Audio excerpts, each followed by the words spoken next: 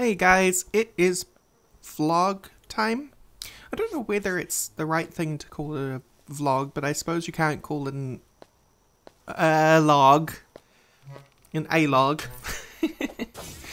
I mean, I suppose there is going to be gameplay in the background. Anyway, the entire point of this vlog is to inform you guys that I am stressed the hell out. Like, really, real bad stress. And to the point of avoiding doing work and stuff like that. You may have noticed the patchy videos the last 4 or 5 days. What this means, and I'll get to all the reason and the hoo-ha, but what this means is that until roughly the 14th, I'm guessing, that's the predestined date for all this to go down. The channel schedule might be patchy. I'll do videos where I can, because obviously I need to. I need to do the work and stuff like that, but I'm just warning you that some videos may come up, some videos may not. Right, so why am I stressed out? Okay, well the first thing is that my flatmates, they're a couple.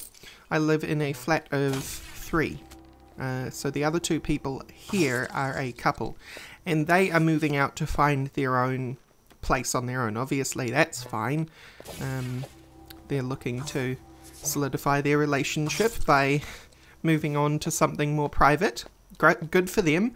But where that leaves me is having to fill the spots in this flat. Now, I have already done that. So why is the stress still affecting me? That's just anxiety for you, and this is where we get into the bit of the channel where I'm open and honest about my mental health issues, because I think it's really important for me, and I think it's really important for you guys to hear somebody who doesn't believe in mental health stigma. So, where that all comes from is I have, as I've mentioned in the past, but for those who are new, I have a panic disorder, and because of that I also have general anxiety. Panic disorder kind of goes hand in hand with a variety of different anxiety disorders. I happen to have general anxiety disorder. What this means in context of the situation is that I get far more stressed out in situations where people normally wouldn't, right? If I was a RPG character, I would have the negative trait of 500% more stress. I think that's an adequate way of putting it on a gaming channel. So that means things where you might not feel so overwhelmed really overwhelms me. And the reason why it's still affecting me, even though I've secured the people who are going to be moving in to replace the couple, is because I get really negative self-destructive thoughts around the situation, or I suppose paranoid as well. For example, I am stressed out about the idea that one or both of the people who will be moving in could possibly decide on the 11th hour that they don't want to move in. Or the couple who are leaving the household could decide they want to throw a spanner in the works and change the dates around at the 11th hour, and that causes the new people to not want to move in, and then I have to go and search for new people. And all in the meanwhile, is my landlord happy about any of this? So, these are normal thoughts that people have.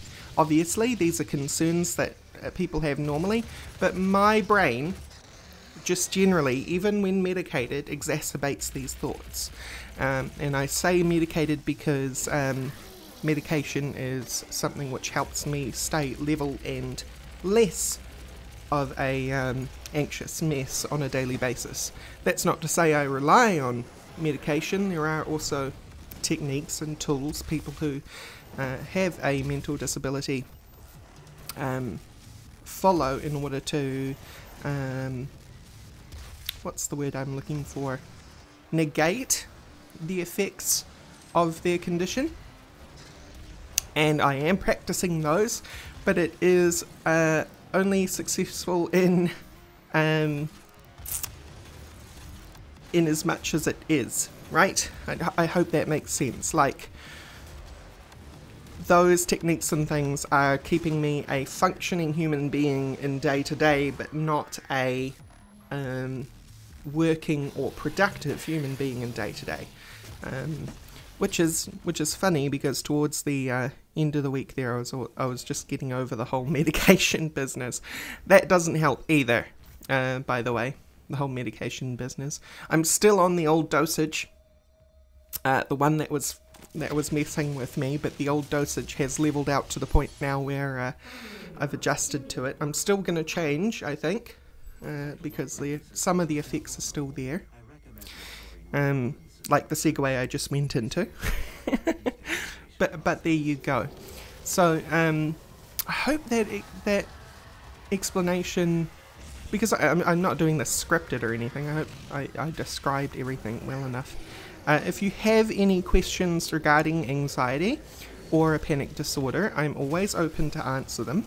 So if you're curious about anything, do not be afraid to ask questions.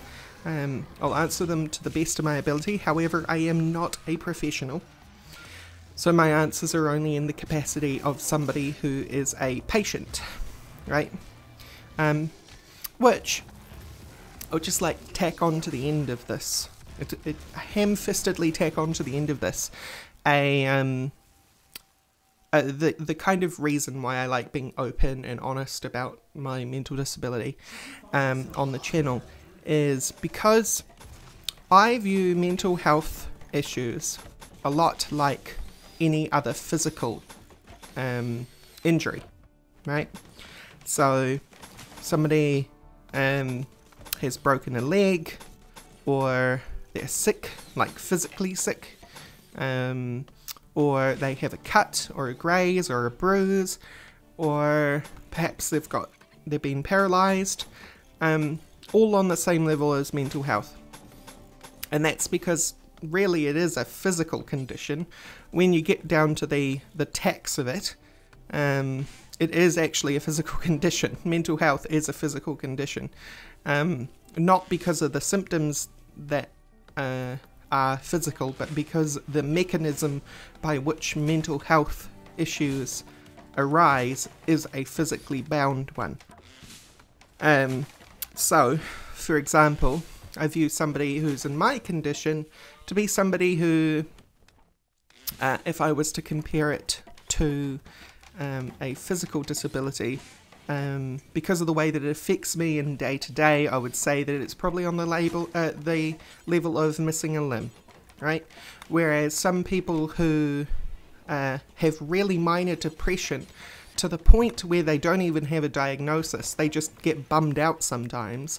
That's somebody who has a cut or a graze, or somebody who is a non or a low functioning person mentally, is somebody who is perhaps compared to somebody who is paralyzed or comatose, right? That's how I like to view things, because that is the truth of the matter, essentially. And I hope, and I like to teach people that they aren't two separate entities in the way that a lot of people like to think about mental health. Mental health is not separate from physical health. They're treated in different ways, but so are different kinds of physical ailments. Like, you don't treat a broken bone by putting some cream on it, right? You don't treat nausea by putting a band-aid somewhere on your body. It's, so they are all treated in different ways, and the way that my disability happens to be treated is through medication and therapy. So, with that out of the way, yeah, I hope you guys understand that I'm just a bit stressed out right now. I'll get through it, I always do. And I'll always be here and I'll always be working on the channel, and I love you guys so much for sticking around and supporting me through all of the trials and tribulations that I go through. Because you know what's awesome about the fact that I'm here on YouTube doing this stuff and you're there watching my stuff and enjoying it, is it's giving somebody like me with a disability, a high functioning disability, the ability to actually be a productive and useful person in society. And you wouldn't believe the amount of happiness that brings me, because so many people with disabilities I have talked to and I share my stories with just are completely overwhelmed in their day-to-day by how useless they feel a lot of the time. But you guys have given me a use, and that's amazing, and I love you for it. So, thank you all for listening, and I will see you very soon. Bye-bye.